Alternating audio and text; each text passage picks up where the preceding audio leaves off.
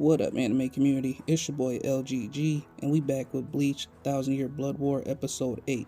And in the previous episode, we got the brutal death of Old Man Yamamoto, which was sad to see.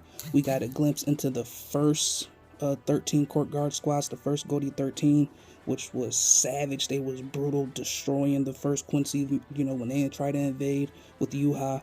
We got Ichigo finally getting to the Soul Society and just seeing it in ruins. We finally get to see him and the confrontation between him and Bakuya, and that was just heartbreaking. And him and Juha finally get their confrontation with Ichigo saying, "Are you the villain boss? Are you the boss of this army?" And him saying yes. And we get the revelation of, your mother was a Quincy, Ichigo. So from there we move on to this episode. And the opening scene to this episode is just like, oh my god. It's just brutal. You see the bodies everywhere on the ground. And again, it's at night, which brings a perfect atmosphere to this scene. It's at night. And again, with the original manga, it kind of seemed like it was more in the daytime. We don't know. But this, again, an extra scene kind of added on to it. This was just like, oh my god. Talk about setting the tone for the episode. After we see the Shinigami picking up their dead, we then transition to Unohana and Isane, and again, another good scene, great scene. Isane is like, why did we stay in these barricades? Why the whole Soul Society was getting destroyed? Why didn't we go out there and help? Why did we stay in here, right? And you get Unohana saying like, hey, Isane, don't be so disrespectful. And she tells her the reason why they stay in the barricades. And she says, like, we are the healers. Like, if we go out in the battle and we get slaughtered down, like, what would that make sense? That the healers, the people that's supposed to save everybody, is getting killed out there and getting slaughtered too? No. And she says, on top of that, you know the main reason why. Like, again, this was the order given, the final order given by Old Man Yamamoto, the head captain of the Samurai Tailor, Goldie 13, like, just another sad moment. You see the hurt in Unohana's eyes, and it's just sad to see. But the most heartbreaking scene is Sonsui. Him standing at the crater of the leftover hole from Juha blasting Old Man Yamamoto to smithereens. It's just sad to see, because remember in the last episode we did get that flashback to younger Sonsui being like, hey, what is this picture? Who was that? And Old Man Yamamoto being like, that was a monster, that was a beast that, that showed up in the Soul Society a long time ago when it, really needed, hopefully it doesn't come back. There's no need for it to come back. So to see that, and to now see Sonsui just looking down at just the leftovers of the remnants of Old Man Yamamoto is sad. We then transition to Ichigo. And he's getting news and updates about all the injuries, all the hurt, basically, Shinigami that's going on in the Seirete and the Soul Society. And they update him like, hey, Renji and Rukia, they're stable. They're in better condition. They're still hurt, but they're in better condition. It's crazy because you see Ikaku and he starts snapping. They, I guess they let him know like, yo, Kenpachi got clapped. Like he got beat upon, bro. He got them hands. Juhai gave him them hands, a fake Juhai at that. And Ikaku just snaps. He's like, hell nah, not my captain. Ain't no fucking way my captain lost. You gotta be the Kenpachi? You talking about my captain? Nah. So they trying to be like, yo, calm down, give him a sedative or something. Just calm him down, bro. It's okay. Your captain got clapped. Ain't nothing to do about that. It is what it is. Move on, Ikaku, move on. But side note from that, Ichigo, he goes and he sees Rukia and he's just like, I'm glad that you're up, you're doing better. And Rukia's just like, hey, she, we know how Rukia is. She's tough and everything. She's like, hey, I'm a Shinigami. I'm gonna get through this. It is what it is. And Shinji, he shows up, and he, obviously they get into a little quick banner, and Ichigo's like, oh, I wish I would have been able to do something, a little bit more. And then Shinji's like, hey, dude, like you drove off the enemy boss. Like if it wasn't for you showing up, it would have been much worse. We would have been devastated to the point of no return. Like. Take take your wins when you can. Just take your wins.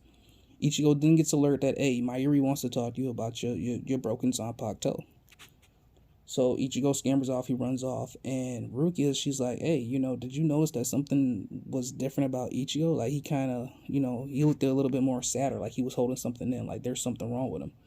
And Shinjin is just like, "Hey, his Bankai got broken. He showed up too late in order to feel like he truly can help us, in our time of need. Like, he's going through a lot." And Rukia is like, "Nah, I think it's more than that. I think like again, like." He found out something and he's going through it alone instead of letting us know. Which we know Ichigo, he likes to hold things close to the chest, and him finding out something like that, like my mother was a Quincy, something my dad or nobody else ever told me about, like that's big news to him. That's devastating news. He's literally, half of him is the enemy that just came through and just set it on Soul Society. So he's going through it. We then get to see the head captain's mourning, or the rest of the captains mourning over old man Yamamoto. We just see his sword is broken, it's battered, it's shattered, and they're just over it, like, they can't believe it. Their head captain, the head captain, was just killed. They can't believe it. And they get an update on Bokuya and Kenpachi, and they're like, yo, they're in critical condition. Yes, they are living, but they may not regain consciousness. They may not even be able to regain their positions as captains. And Soifong just snaps. She's like, dude, get the fuck out of here. Like, again, our head captain just died. Do you think we want to hear more news about what else is going on? Like, how many losses we just took? Like, get out of here. I don't want to hear that.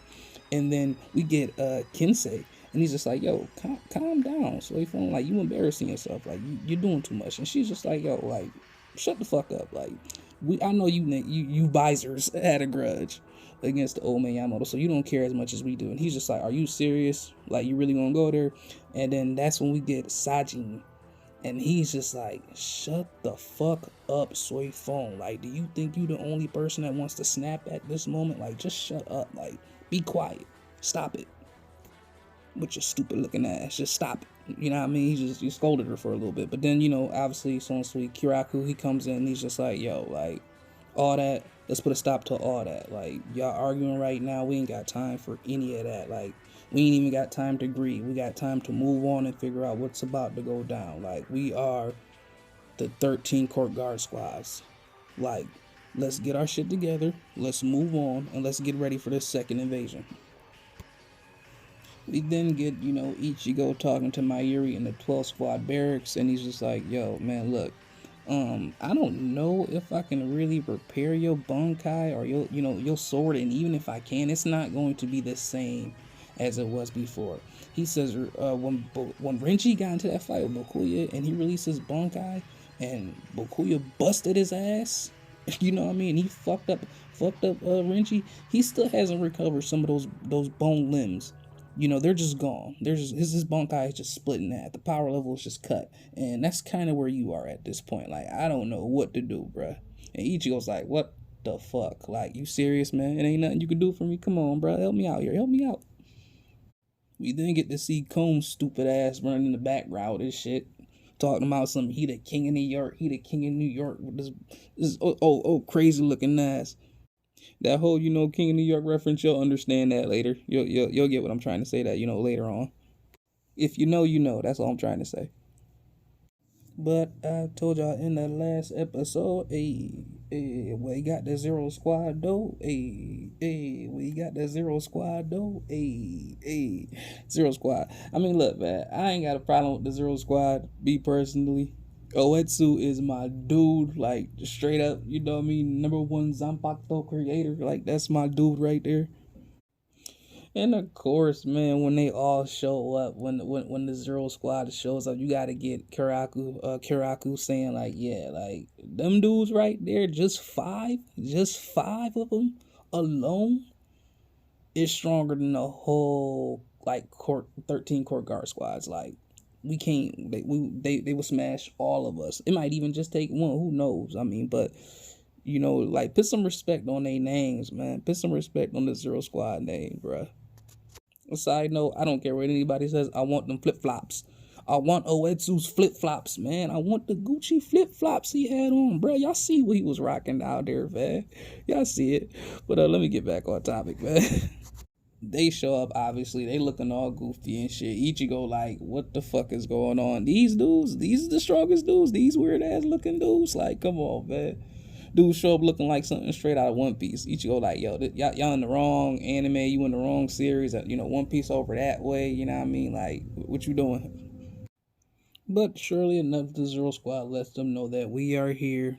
We're here to take you, Ichigo, and a couple of these other hurt motherfuckers, to fix them up because they broken down and shit, you know what I mean? To heal them up properly because, Unohana, you can't heal their asses up properly. And you know damn well you shouldn't be focusing on no fucking healing right now. You already know what you got to do. Retsu. You know what I mean? Like, letting her know, hey, now ain't the time to be focusing on healing. You know what you need to do. But we move on from that. We get a couple of other little, quick little banters between I think Sajin and the other old girl, Hokufune or whatever, her big ass, talking about some, hey, you don't remember me? I used to be skinnier back then, rocking the bod, but I'm a big Bertha right now. I'm big baby, big Bitsy.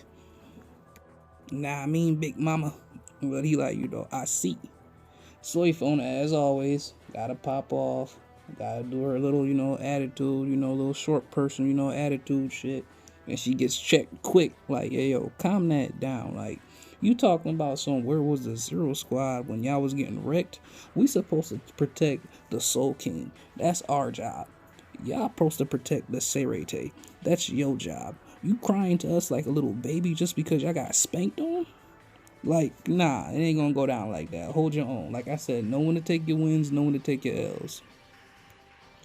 We then see, my boy Kisuke pop up. Just letting Ichigo know, like, yo, we all good over here. Ino good. Chad good with his whack ass, non-helping ass motherfucker. He good. We got help from one of your old foes, though. It is what it is. Obviously, Ichigo seeing on the screen, too, like, wait a minute, hold on. Is that really, bruh? Are you really here? Are you serious, bruh? Y'all really with him? They like, yo, calm down. We good. Just focus on what you gotta do. We gonna focus on what we gotta do.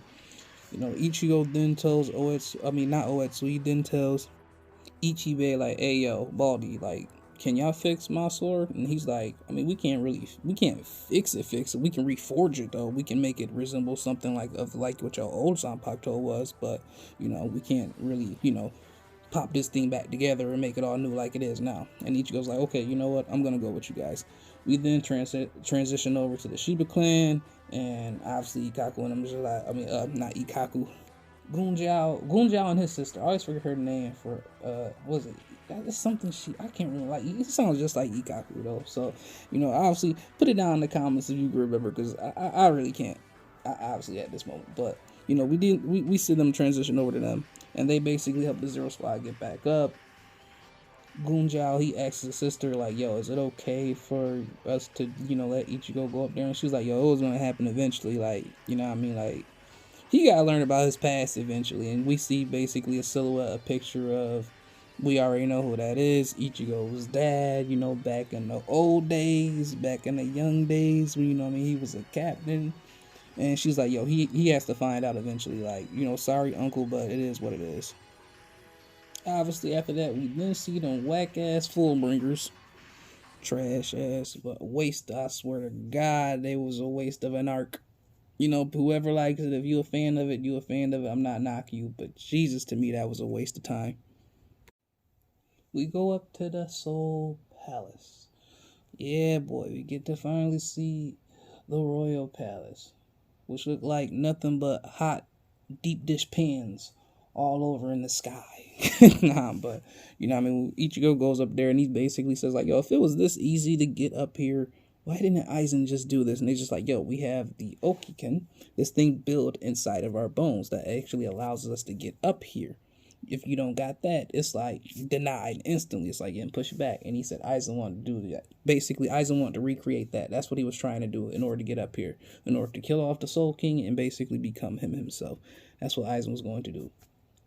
And they kind of let him know, like, yo, even though Aizen was trying to do that, like, yo, Yuha himself, like, we can't, he's worse than Aizen. We can't allow him to get up here. Like, that's a no-no, a big no-no, okay?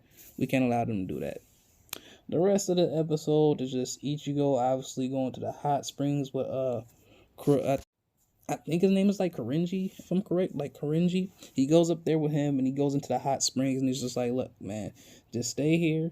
Just give it one night to heal up and your body will be brand new. And that's where the episode ends on. Which I'm surprised they just ended the episode right then and there. I thought they was gonna end it on, whole each, Renji standing up. That as fast as they were going, I thought they were gonna just end it on Renji standing up, doing this whole, little like, hey, I'm good too. I'm good enough to go. Punch me in my gut. Let me see if I'm ready to go, and let's go up to the next little hot, deep dish pot. That's what I thought it was gonna end on, but it didn't. And that is the episode in the nutshell. It was a pretty basic episode. Again, we already got the fire. We already got the fire stuff happening. For the past 7 episodes. So it's good to get a break every once in a while. But on to the next one, man. And until the next episode, guys, let me know how you felt about it. Let me know in the comments below. Like the video. You don't have to leave a comment. You don't have to. Let me know how you feel. This has been your boy, LGG. Peace and deuces.